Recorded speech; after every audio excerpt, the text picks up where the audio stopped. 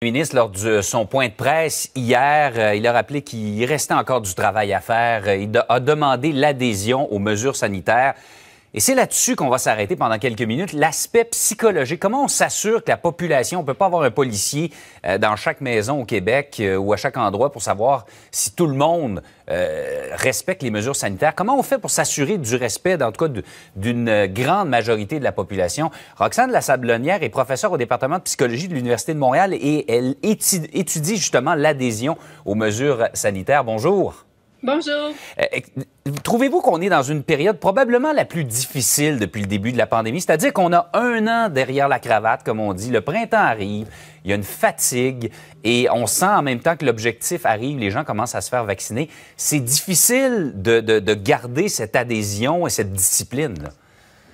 Tout à fait, c'est extrêmement difficile parce que ce qu'on demande aux gens, c'est de mettre un frein à leurs besoins, un de leurs besoins les plus fondamentaux, qui est d'être affiliés aux autres, d'être aimés des autres, d'aimer les autres. Donc, on leur demande de ne pas voir leurs amis, de ne pas voir leur famille. C'est extrêmement difficile.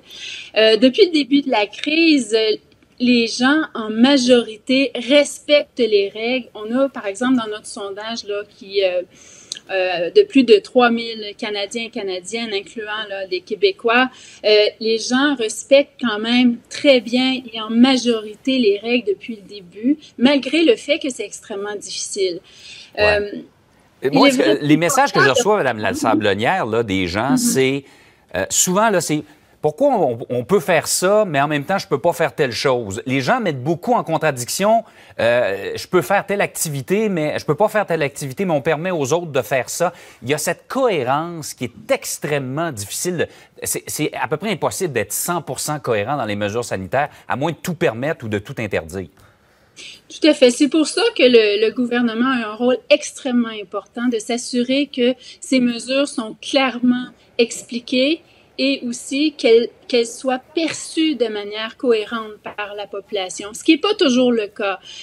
Comme on nous dit, par exemple, lors du point de presse d'hier, qu'on peut visiter les lieux de culte, mais qu'on ne peut pas avoir des gens à la maison. Ouais. Donc, peut-être de prendre le temps de vraiment nous expliquer pourquoi, dans un cas que c'est inquiétant et dans l'autre que c'est moins inquiétant. Si on prenait peut-être plus le temps d'expliquer les raisons, le raisonnement derrière ça, ça faciliterait la compréhension et la perception aussi que c'est cohérent.